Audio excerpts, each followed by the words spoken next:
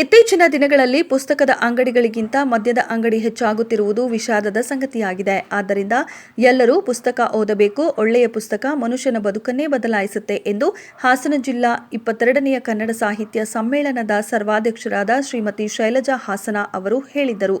ತಾಲೂಕು ಸರ್ಕಾರಿ ನೌಕರರ ಸಂಘದ ಹಮ್ಮಿಕೊಂಡಿದ್ದ ಕನ್ನಡ ಸಾಹಿತ್ಯ ಪರಿಷತ್ತು ತಾಲೂಕು ಘಟಕದ ಆಶ್ರಯದಲ್ಲಿ ಮಧುಮಾಲತಿ ರುದ್ರೇಶ್ ಅವರ ಸ್ವಾತಿ ಹನಿ, ಪ್ರೀತಿ ಮುತ್ತಾದಂತೆ ಹಾಗೂ ಕುಮಾರಿ ಶಶಿ ಎಂಟಿ ಮಂಡಲಮನೆ ಅವರ ಬೆಳ್ಳಿ ಬೆಳಕು ಕವನ ಸಂಕಲನ ಬಿಡುಗಡೆ ಸಮಾರಂಭ ಕಾರ್ಯಕ್ರಮವನ್ನು ಉದ್ಘಾಟಿಸಿ ಮಾತನಾಡಿದ ಅವರು, ಐತಿಹಾಸಿಕ ಬೇಲೂರಿನಲ್ಲಿ ಅನೇಕ ಸಾಹಿತಿಗಳು, ಕವಿಗಳಿದ್ದಾರೆ.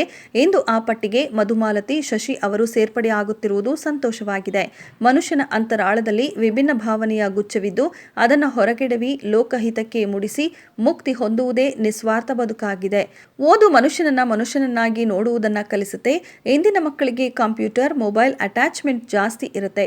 ಪುಸ್ತಕ ಓದುವ ಹವ್ಯಾಸ ಕಡಿಮೆ ಇರುತ್ತೆ. ಪೋಷಕರು ಮಕ್ಕಳಿಗೆ ಬಾಲ್ಯದಲ್ಲೇ ಅವರ ವಯಸ್ಸಿಗೆ ಅನುಗುಣವಾಗಿ ಮೊಬೈಲ್ ಬದಲಿಗೆ ಪುಸ್ತಕಗಳನ್ನು ಕೊಡಿಸಿ ಓದಲು ಪ್ರೇರಿಸಬೇಕು. ಜೊತೆಗೆ ಪೋಷಕರು ಸಹ ಅವರೊಟ್ಟಿಗೆ ಓದುವ ಅಭ್ಯಾಸ ಬೆಳೆಸಿಕೊಳ್ಳಲು ಮುಂದಾಗಬೇಕು ಎಂದರು. ಮೈಸೂರು ಮುಕ್ತ ವಿಶ್ವವಿದ್ಯಾಲಯದ ಸಂಯೋಜನಾಧಿಕಾರಿ ಸಾಹಿತಿ ಅವರೇಕಾಡು ವಿಜಯ್ ಕುಮಾರ್ ಮಾತನಾಡಿ, ವಾಸ್ತವ ಜಗತ್ತಿನಲ್ಲಿ ಓದುವ ಭಾಗ್ಯ ಒಂದಾದರೆ ಬರೆಯುವ ಭಾಗ್ಯವೂ ಒಂದಾಗಿದೆ. ಬರವಣಿಗೆ ಸುಲಭದ ಮಾತಲ್ಲ. ಕಾವ್ಯಕ್ಕೆ ತನ್ನದೇ ಆದ ಶಕ್ತಿ ಮತ್ತು ಸ್ವಂತಿಕೆ ಹೊಂದಿದೆ. ಭಾಷೆಗೆ ಪ್ರಮುಖ ಹತ್ತಿರವೆಂದರೆ ಅದು ಕಾವ್ಯ. ಸಾಮಾಜಿಕ ಸ್ಥಿತಿಗತಿಗಳ ಬಗ್ಗೆ ವಿವರ ಕಾವ್ಯದಲ್ಲಿರುತ್ತೆ. ಸಾಮಾನ್ಯ ಜನರ ಆಶೋತ್ತರಗಳನ್ನು ಚಿತ್ರಿಸುವ ಕೆಲಸ ಇಂದು ಕಾವ್ಯ ರಚನೆಕಾರರಾದ ಮಧುಮಾಲತಿ, ಶಶಿ ಅವರು ಬರೆದಿದ್ದಾರೆ. ಕೃತಿ ಬಿಡುಗಡೆ ಹಾಗೂ ಪರಿಚಯವನ್ನ ಕಸಾಪ ಮಾಜಿ ಅಧ್ಯಕ್ಷ ಟಿ.ಡಿ. ತಮ್ಮಣ್ಣಗೌಡ ಹಾಗೂ ಸಂಶೋಧಕ ಎಸ್. ವಟಿ ಕಾವ್ಯದ ಬಗ್ಗೆ ಪರಿಚಯಿಸಿದರು.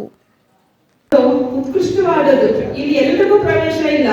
ಸಾಹಿತ್ಯಾಸಕ್ತಿ ಇರುವಂತವರಿಗೆ ಮಾತ್ರ, ಯಾವುದೋ ಜನ್ಮದ ಪುಣ್ಯದ ಫಲದಿಂದ ಮಾತ್ರ ಈ ಸಾಹಿತ್ಯ ಲೋಕವನ್ನ ಪ್ರವೇಶ ಮಾಡಲಿಕ್ಕೆ ಸಾಧ್ಯ ಇದೆ.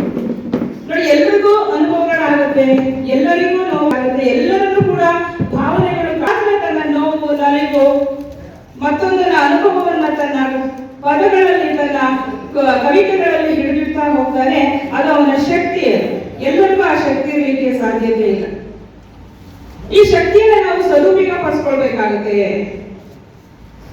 ಕವಿತೆಯನ್ನ ಬರೆಯುವವನು ಜಗತ್ತಿನಲ್ಲಿ ನಾವಿದ್ದೀವಿ. ಆ ಜಗತ್ತಿನಲ್ಲಿ ಓದುವುದು ಒಂದು ಭಾಗ ಆದರೆ ಬರವಣಿಗೆ ಇನ್ನೊಂದು ಭಾಗ ಆಗ್ತದೆ. ಇವೆರಡಕ್ಕೂ ನಮ್ಮಲ್ಲಿ ಹೇಳ್ಕೊಳ್ಳುವಷ್ಟು ಸಮಯವೇ ಇಲ್ಲ.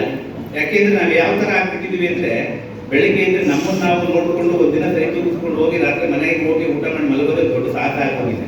ಅಂತ ಒಂದು ಇಕ್ಕಟ್ಟಿನ ಪರಿಸ್ಥಿತಿಯಲ್ಲಿ, ಅಂತ ಒಂದು ಸಂದಿಗ್ಧ ವಾತಾವರಣದಲ್ಲಿ ಬೇಲೂರು ತಾಲೂಕಿನಲ್ಲಿ 2 ಯುವ ಕವಿಯತ್ರಿಯರು ಮುಂದೆ ಬಂದಿರೋದು, ಮುಂದೆ ಬರುವ ಜೊತೆಗೆ ಕನ್ನಡ ಸಾಹಿತ್ಯ ಪರಿಷತ್ತಿನ ಇಂಥ ಒಂದು ವೇದಿಕೆಯಲ್ಲಿ ತಮ್ಮ ಸೃಜನ ಕೃತಿಗಳನ್ನು ಲೋಕಾರ್ಪಣೆಗೊಳಿಸೋದಕ್ಕೆ ಅವಕಾಶ ಮಾಡಿಕೊಡುವುದಕ್ಕಾಗಿ ನನ್ನ ತುಂಬು ಹೃದಯದಿಂದ ಇಬ್ಬರು ಕವಿಯತ್ರಿಗೆ ವಿಶೇಷವಾದ ಅಭಿನಂದನೆಗಳನ್ನು ಸಲ್ಲಿಸುತ್ತೇನೆ. ಬರವಣಿಗೆಯನ್ನು